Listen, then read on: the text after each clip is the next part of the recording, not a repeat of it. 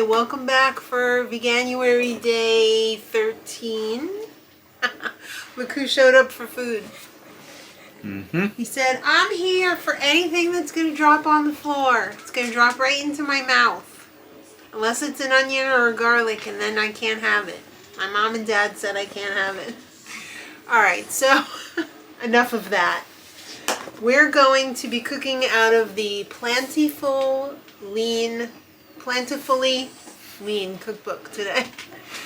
I love this cookbook. I love her YouTube channel. This is Kiki Nelson. She lost 70 pounds and has kept it off for about, I want to say like 5 years maybe. Maybe it's more. I don't know. But she is friends with High Carb Hannah.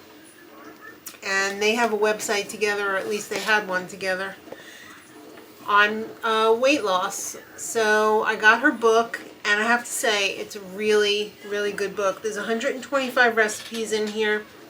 And today we're making Thai coconut curry. And I have to tell you up front, I am using this as a suggestion. This says it serves two. I need to serve us. I need to have lunch tomorrow for like 5 people. So I'm going to be bulking this up with more veggies than she has in here. So like I said, I'm going to use this as a suggestion. So let's begin.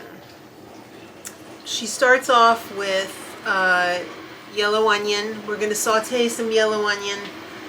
She is pretty much SOS free, but I'm going to use a little bit of avocado oil today. So I have my Chosen Foods avocado. This is my absolute favorite avocado oil.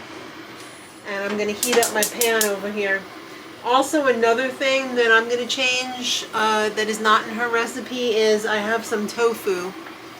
Some super firm tofu over here that I have cubed up and boiled in some salted water, because that changes the texture of the tofu and gives it a lot of flavor when you boil it in the salted water. So I'm going to be draining that and adding that at the end for extra protein. So I only have put in about 1 tablespoon of the avocado oil. So when my pan gets hot, this is what I'm going to be adding, because I don't expect you to stay for the whole thing. It's going to be a process here. So over here, husband, we're going to be adding yellow onion, or you could use red. I have some mushrooms. I have some more mushrooms over here. And I have some beautiful tricolor carrots that I have mandolined. So those are the 3 things that I'm going to start with, because those are the 3 things that take the longest to cook. So we're going to get them out of the way first, so that when we add our other foods that don't take as long to cook, they're all going to be the same amount of tenderness. My dad taught me that. Alright, we're looking good here, so we're ready to add our broccoli in next. That's a lot of broccoli. It's not even all of it yet. I like a lot of veg, what can I say? So we got another plate of broccoli over here. I'm not going to slop this up on camera. I'll slop this up in private. We're just going to saute that for probably like 4 to 5 more minutes. Alright, now that the broccoli has had a little bit of a chance to cook, we're going to be adding the liquids. We have a can of 28 ounces of diced tomatoes. There's no tomatoes in the recipe, but I do like to add that because I feel like it helps it taste fresher, and it does really extend the sauce a lot.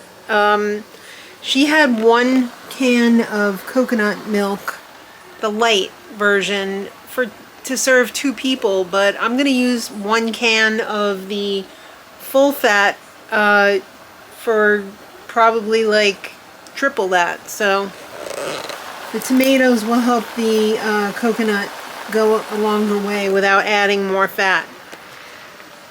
I can't do it with one hand, but after we get that in, we're going to bring it up to a simmer and let the broccoli fully cook.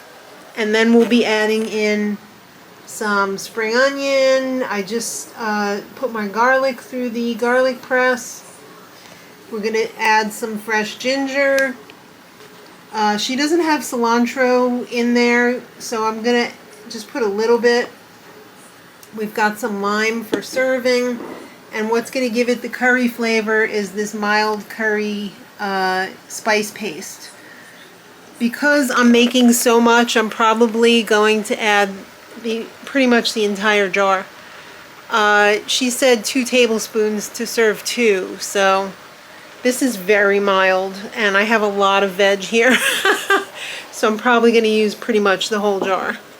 Alright, looking good. I have 5 minutes left on my rice. I always start my rice when I start cooking the curry so that it ends at the same time. The only thing left to add is I need to strain out my tofu and mix it in. In fact, I'm just going to turn this off because I don't want the broccoli to be overcooked. I want the broccoli to still be tender. Alright, we'll be ready to eat in just 4 minutes, says the rice maker. Alright, that's what the cookbook looks like. And this is what we're working with over here. A little bit redder because I put tomatoes in there. So I made some sushi rice because we really like the short grain rice. Oh, daddy. It's super hot. Yeah. Mine's got tofu in it too, so. We also have some lime. If you'd like to drizzle some lime on the top. It's hot, baby. Sorry. Yeah, I know it's hot. Yeah. Let's do it first without the lime. Okay. Make sure you really blow on it. A little purple carrot. Oh my god, that's gonna hurt. Alright, well, don't eat the whole thing in one bite. I must. Nibble it. No. Nibble.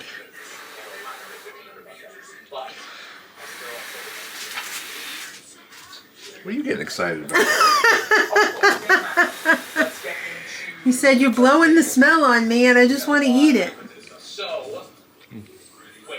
Good? I might have went a little too heavy with the curry paste, but... It's very curry-y. Yeah. It's good. Thank you. Little lime. Next time I guess I won't go so heavy with the curry paste. Yeah. I get carried away, what can I say? Get some broccoli. The tofu's time. How's the tofu? I haven't tried it yet. Oh, I thought you had some tofu in the I last don't bite. think so. Oh, he said, I would like to try the tofu. It's not fair.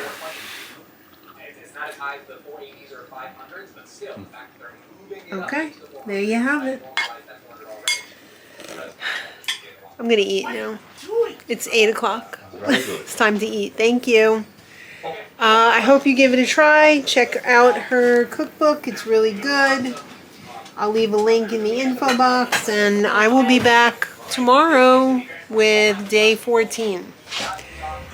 Almost halfway there for reals this time.